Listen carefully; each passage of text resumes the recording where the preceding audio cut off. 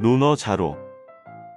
자로가 정치에 대하여 여쭙자 공자께서 말씀하셨다. 먼저 앞장서서 솔선수범하고 몸소 열심히 일하거라. 좀 더 설명해 주기를 청하자 말씀하셨다. 게을리 함이 없어야 한다.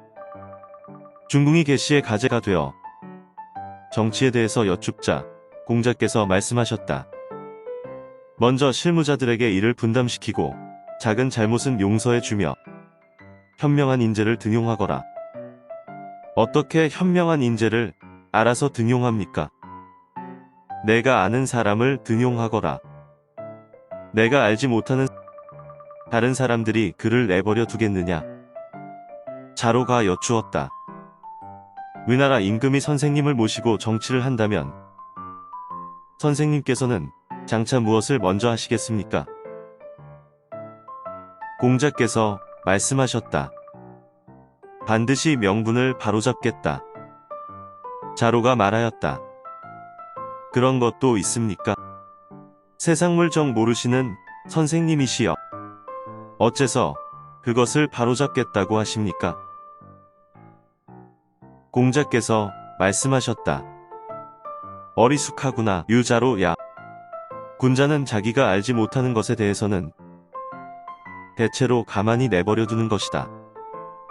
명분이 바르지 못하면 말이 사리에 맞지 않고 말이 사리에 맞지 않으면 일이 이루어지지 않고 일이 이루어지지 않으면 예와 음악이 흥성하지 못하고 예와 음악이 흥성하지 못하면 형벌이 적절하지 않고 형벌이 적절하지 않으면 백성들은 살아갈 방도가 없다.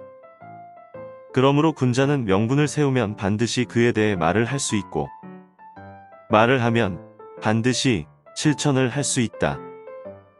군자는 그 말에 대해서 구차히 하는 일이 없어야 하는 것이다. 번지가 곡식 농사짓는 법을 가르쳐달라고 하자 공자께서 말씀하셨다. 나는 늙은 농부만 못하다. 채소 기르는 법을 가르쳐달라고 하자 나는 늙은 채소 농사꾼만 못하다. 라고 하셨다. 번지가 나가자 공자께서 말씀하셨다. 소인이로구나. 번수여.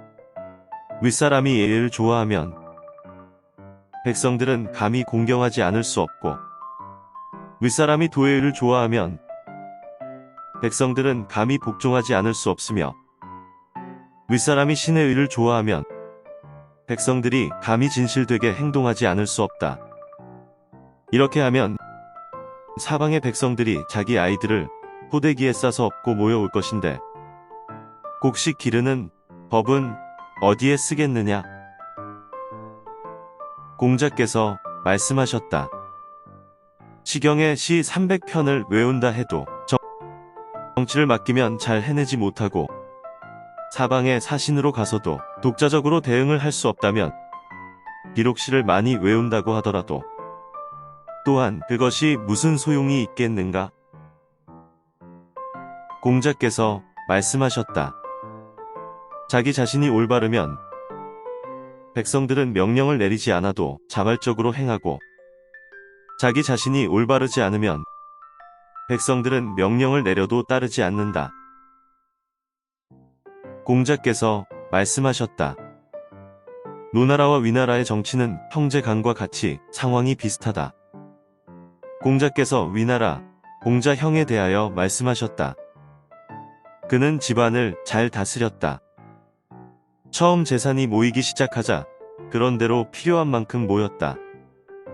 고하였고 다소간 재산을 가지게 뒤자 그런대로 다 갖추었다.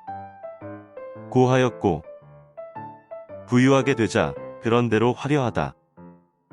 고하였다. 공자께서 위나라로 가실 때 염유가 수레를 몰고 있었다. 공자께서 말씀하셨다. 백성들이 많구나. 염유가 여쭈었다.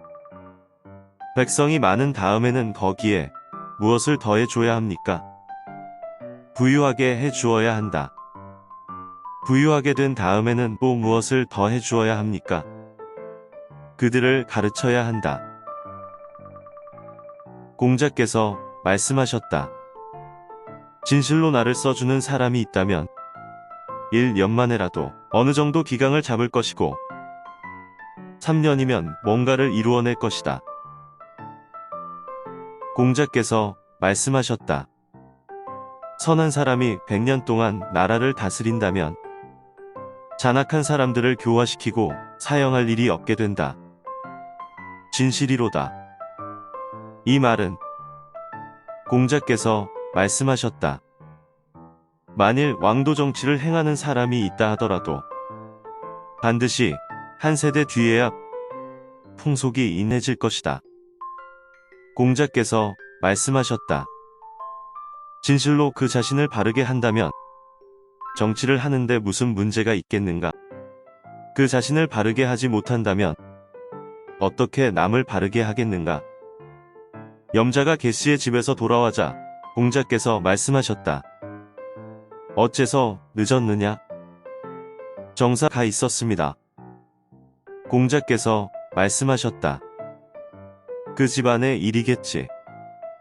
만약 정사가 있었다면 비록 내가 관직에 임용되지는 않았어도 그 일에 관하여 들었을 것이다. 정공이 여쭈었다. 한마디로 나라를 흥하게 할 수 있는 그런 말이 있습니까? 공자께서 말씀하셨다. 말이란 그와 같이 결과를 기약할 수는 없는 것입니다. 그러나 사람들의 말에 임금 노릇하기도 어렵고 신하 노릇하기도 쉽지 않다고 합니다. 만일 임금 노릇하기가 어렵다는 것을 안다면 한마디 말로 나라를 흥하게 하기를 기약할 수 있지 않겠습니까? 한마디로 나라를 이룰 수 있는 그런 말이 있습니까? 공자께서 말씀하셨다. 말이란 그와 같이 결과를 기약할 수는 없는 것입니다. 그러나 사람들의 말에 나는 임금 노릇하는데 즐거움이 없고 다만 내가 말을 하면 내 뜻을 어기지는 않는다고 합니다. 만일 그 말이 선하여 그것을 어기지 않는다면 또한 선하게 되지 않습니까? 만일 그 말이 선하지 않은데 그것을 어기지 않는다면 한마디 말로 나라를 잃게 되기를 기약할 수 있지 않겠습니까?